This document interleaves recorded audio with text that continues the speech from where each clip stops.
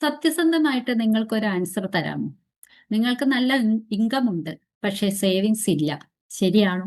ഇത് ഇൻകത്തിന്റെ പ്രോബ്ലം അല്ല, പക്ഷേ ഇത് മണി മിസ്റ്റേക്ക് ആണ്. 10 മണി മിസ്റ്റേക്കിനെ കുറിച്ചാണ് ഞാൻ ഇന്ന് പറയുന്നത്. ഒന്ന്, പേ ചെക്ക് ലൈഫ് സ്റ്റൈൽ. ഇന്ന് പലരും ജോലി ചെയ്യുന്നത് അല്ലെങ്കിൽ ഇൻകം ഉണ്ടാക്കുന്നത് മറ്റ് ബാങ്കുകൾക്കോ ഇൻസ്റ്റിറ്റ്യൂഷനോ പേയ്മെന്റ് നടത്താൻ വേണ്ടി മാത്രമാണ്. സാലറി കിട്ടിയ ഉടനെ തന്നെ പേ ചെക്ക് എഴുതുക. ശരിയല്ലേ? ഈ ജീവിത രീതി തുടർന്നു കഴിഞ്ഞാൽ ഒരു എമർജൻസി സിറ്റുവേഷൻ വന്നാൽ മതി, നിങ്ങൾ ആകെ കൊളാപ്സ് ആകും. രണ്ടാമത്തെ മിസ്റ്റേക്ക്, നോ എയർലി സേവിങ്സ്. വളരെ നേരത്തെ തന്നെ സേവിങ്സ് ആരംഭിക്കുന്നതിന്റെ ഇടത്ത് പലരും ഡിലേ ചെയ്യുകയാണ്. പിന്നീടാകട്ടെ, നാളെയാകട്ടെ, അടുത്ത വർഷമാകട്ടെ, ഇൻക്രിമെന്റ് വരട്ടെ, ഇങ്ങനെ പലരും അവരുടെ സേവിങ്സിനെ ഡിലേ ചെയ്തുകൊണ്ടിരിക്കുകയാണ്. ഡിലേ എന്ന് പറയുന്നത് ഹൈ റിസ്ക് എന്നർത്ഥം. മൂന്നാമത്തെ മിസ്റ്റേക്ക് എന്ന് പറയുന്നത് നോ ബഡ്ജറ്റ്. ഒന്നിനും ഒരു കണക്കില്ല. പൈസ വരുന്നു, അത് ചെലവാക്കുന്നു. പണം എങ്ങോട്ട് പോകുന്നു എന്ന് പോലും യാതൊരുവിധ അറിവുമില്ല. നാലാമത്തെ മിസ്റ്റേക്ക്, ക്രെഡിറ്റ് കാർഡ് ട്രാപ്പാണ്. പല ആളുകളും ഈസി ആയിട്ട് ക്രെഡിറ്റ് കാർഡ് യൂസ് ചെയ്യുന്നു. അതിൽ തന്നെ ക്രെഡിറ്റ് കാർഡ് ബില്ല് അടയ്ക്കേണ്ട സമയമാകുമ്പോൾ മറ്റൊരു ട്രാപ്പ് കൂടി അവിടെ ഉണ്ട്. അതിനെ മിനിമം ഡ്യൂസ് എന്ന് പറഞ്ഞിട്ടുള്ള ഒന്ന്. ആളുകൾ വിചാരിക്കും, ഓ ചെറിയ എമൗണ്ട് ഇപ്പൊ അടച്ചാൽ മതിയല്ലോ, ബാക്കി പിന്നെ അടയ്ക്കാം. ഇത് വലിയൊരു ട്രാപ്പാണ്. വലിയൊരു ഇൻട്രസ്റ്റ് ആണ് നിങ്ങൾ അതിന് കൊടുക്കേണ്ടി വരുന്നത്. അതിനേക്കാൾ നല്ലത് അതിനെ ഫ്ലെക്സി EMI ആക്കുന്നതാണ്. ഈ ക്രെഡിറ്റ് കാർഡ് യൂസ് എന്ന് പറയുന്നത് തന്നെ ഒരു വലിയ ട്രാപ്പാണ്. അത് കൃത്യമായിട്ട് യൂസ് ചെയ്ത് പോയാൽ നല്ലത്. പക്ഷെ അതിൽ കൊടുക്കുന്ന ഇൻട്രസ്റ്റ്, അത് നമ്മളുടെ പൈസയെ അങ്ങേയറ്റം തീർത്ത് കളയും. ഇൻട്രസ്റ്റ് എന്ന് പറയുന്നത് ഒരു സൈലന്റ് കില്ലറാണ്. അഞ്ചാമത്തെ മിസ്റ്റേക്ക്, സ്റ്റാറ്റസ് സ്പെൻഡിങ് ആണ്. മറ്റുള്ളവർ എന്ത് കാണിക്കുന്നു അതുപോലെ ഞാനും കാണിച്ചില്ലെങ്കിൽ കുറഞ്ഞു പോകും. പല ആളുകളും ചിന്തിക്കുന്നത്, കൂട്ടുകാരന്റെ കയ്യിൽ വലിയ ബൈക്കുണ്ട്, എനിക്കും അതുപോലെ ഇല്ലെങ്കിൽ അവന്റെ അടുത്ത് എനിക്ക് വിലയുണ്ടാവില്ല.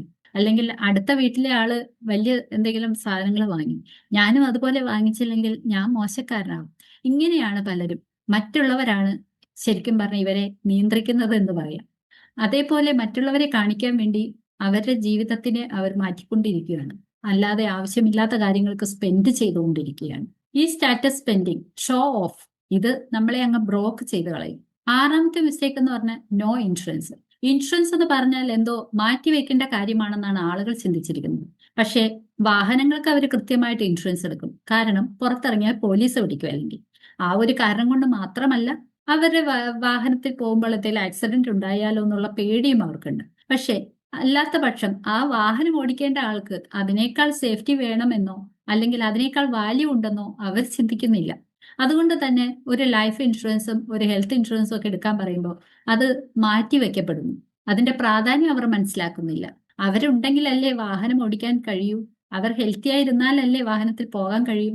അങ്ങനെ ചിന്തിക്കുക പോലും ചെയ്യാതെ വാഹനത്തിന് വേണ്ട ഇൻഷുറൻസും കാര്യങ്ങളും ഒക്കെ അവരെടുത്ത് വെക്കുന്നു.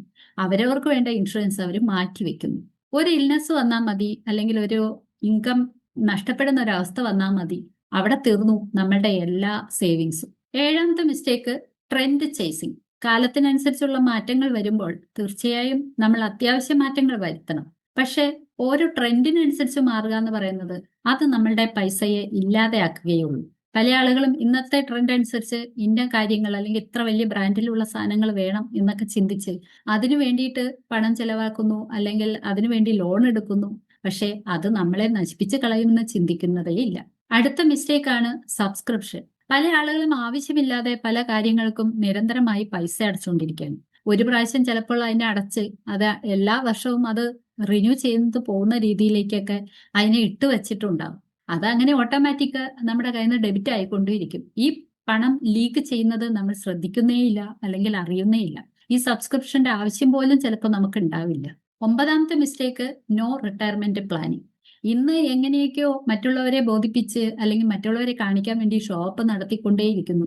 പക്ഷേ നാളെ ഇൻകം നിലയ്ക്കുന്ന ഒരവസ്ഥ വരുന്നുണ്ട്, റിട്ടയർമെന്റ്. ആ സമയത്ത് നമ്മൾ എങ്ങനെ ജീവിക്കുമെന്ന് ചിന്തിക്കുന്നു പോലുമില്ല. ആ സമയത്ത് നമുക്ക് എന്തെങ്കിലും ഒരു ഇൻകം ഉണ്ടെങ്കിലല്ലേ ജീവിക്കാൻ പറ്റൂ. ആ ജോലിയില്ലാത്ത അല്ലെങ്കിൽ സ്ഥിരമായ വരുമാനമില്ലാത്ത സമയത്തേക്ക് നമ്മൾ ഇന്നേ കരുതി വെച്ചാലല്ലേ നമുക്ക് ജീവിക്കാൻ പറ്റൂ. ഇത് എല്ലാവരും മറന്നു പോകുന്നു. അങ്ങനെ റിട്ടയർമെന്റ് പ്ലാനിങ് നടത്താതെയുള്ള ഈ മുന്നോട്ടുള്ള ജീവിതം, അത് പിന്നീട് വലിയ ഒരു ആപത്തിലേക്ക്, വലിയൊരു റിസ്കിലേക്കാണ് പലരെയും കൊണ്ടെത്തിക്കുന്നത്. ഇന്നത്തെ ടൈമിൽ അത് ഡിലേ ആക്കുമ്പോൾ ഫ്യൂച്ചറിൽ വളരെ വലിയ സ്ട്രെസ്സാണ് അനുഭവിക്കേണ്ടി വരുന്നത്. അതിനേക്കാൾ അപ്പുറം ചിലപ്പോൾ മറ്റുള്ളവരെ മുന്നിൽ കൈനീട്ടി ജീവിക്കേണ്ട അവസ്ഥയിലേക്ക് വരെ പലരും പോയിക്കൊണ്ടിരിക്കുന്നു. പത്താമത്തെ മിസ്റ്റേക്ക് എന്ന് പറഞ്ഞാൽ നോ ഫിനാൻഷ്യൽ നോളജ്. പല ആളുകളും എനിക്കെല്ലാം അറിയാം എന്നുള്ള ഒരു ചിന്തയിലാണ് ഇരിക്കുന്നത്. പല കാര്യങ്ങളും പ്രത്യേകിച്ചും ഫിനാൻഷ്യലി വരുന്ന കാര്യങ്ങൾ അതിനെ നല്ല രീതിയിൽ മനസ്സിലാക്കി അത് ഏത് രീതിയിലൊക്കെ നടത്തണം എന്നുള്ള ഗൈഡൻസോട് കൂടി മുന്നോട്ട് പോവുകയാണെങ്കിൽ അവർക്ക് ഒരു പരിധി വരെയും നല്ല രീതിയിൽ തന്നെ ജീവിക്കാനും സാധിക്കും. അവരെ പൈസ എങ്ങും നഷ്ടപ്പെടാതെ നല്ല രീതിയിൽ സേവ് ചെയ്യാൻ, ഇൻവെസ്റ്റ് ചെയ്യാനൊക്കെ പഠിച്ചു കഴിഞ്ഞാൽ തീർച്ചയായിട്ടും അവർക്ക് നല്ലൊരു ഫ്യൂച്ചർ ഉണ്ടാക്കി എടുക്കാൻ സാധിക്കും. പക്ഷെ പല ആളുകളും അതെല്ലാം അവഗണിക്കുകയാണ് ചെയ്യുന്നത്. കുറച്ചൊരു നോളജ് ഉണ്ടാക്കിയെടുക്കാൻ അല്ലെങ്കിൽ കുറച്ചൊരു അറിവ് നേടാൻ, ഒരു ഗൈഡൻസ് എടുക്കാൻ പലരും മടിച്ചു മാറി നിൽക്കുന്നു. ഇത് അവരെ ഫ്യൂച്ചറിൽ വലിയൊരു റിസ്കിലേക്ക് കൊണ്ടെത്തിക്കുകയും ചെയ്യും. ഇഗ്നോർ ചെയ്യുക എന്ന് പറഞ്ഞാൽ അത് വലിയൊരു എക്സ്പെൻസ് ആണ് ഉണ്ടാക്കുക. പണക്കാരായ ആളുകളെ ശ്രദ്ധിച്ചിട്ടുണ്ടോ? അവർ അവരുടെ പൈസയെ ഏൺ ചെയ്യുകയാണ് ചെയ്യുന്നത്. പക്ഷേ സ്മാർട്ടായ പീപ്പിളോ അവർക്ക് കിട്ടുന്ന പൈസയെ അവർ നല്ല രീതിയിൽ മാനേജ് ചെയ്യും. ഞാൻ ഒരു സ്കീമിനെ കുറിച്ചോ പോളിസികളെ കുറിച്ചോ അല്ല പറയാൻ വന്നിരിക്കുന്നത്. പകരം ആളുകൾ പൊതുവായി കാണിക്കുന്ന മിസ്റ്റേക്കിനെ കുറിച്ച് അറിയിക്കാനാണ് വന്നിരിക്കുന്നത്. നിങ്ങൾ സേഫിലാണോ അതോ റിസ്കിലാണോ എന്ന് അറിയാനായിട്ട് നിങ്ങൾക്ക് ആഗ്രഹമുണ്ടെങ്കിൽ, അങ്ങനെ ഒരു ക്ലാരിറ്റി വേണമെങ്കിൽ താഴെ ക്ലാരിറ്റി എന്ന് കമന്റ് ചെയ്തോളൂ. അതുപോലെ തന്നെ ഞങ്ങളുമായിട്ടുള്ള ഒരു 1-to-1 ബുക്ക് ചെയ്ത് നിങ്ങൾക്ക് വേണ്ട ഗൈഡൻസ് എടുക്കാവുന്നതുമാണ്.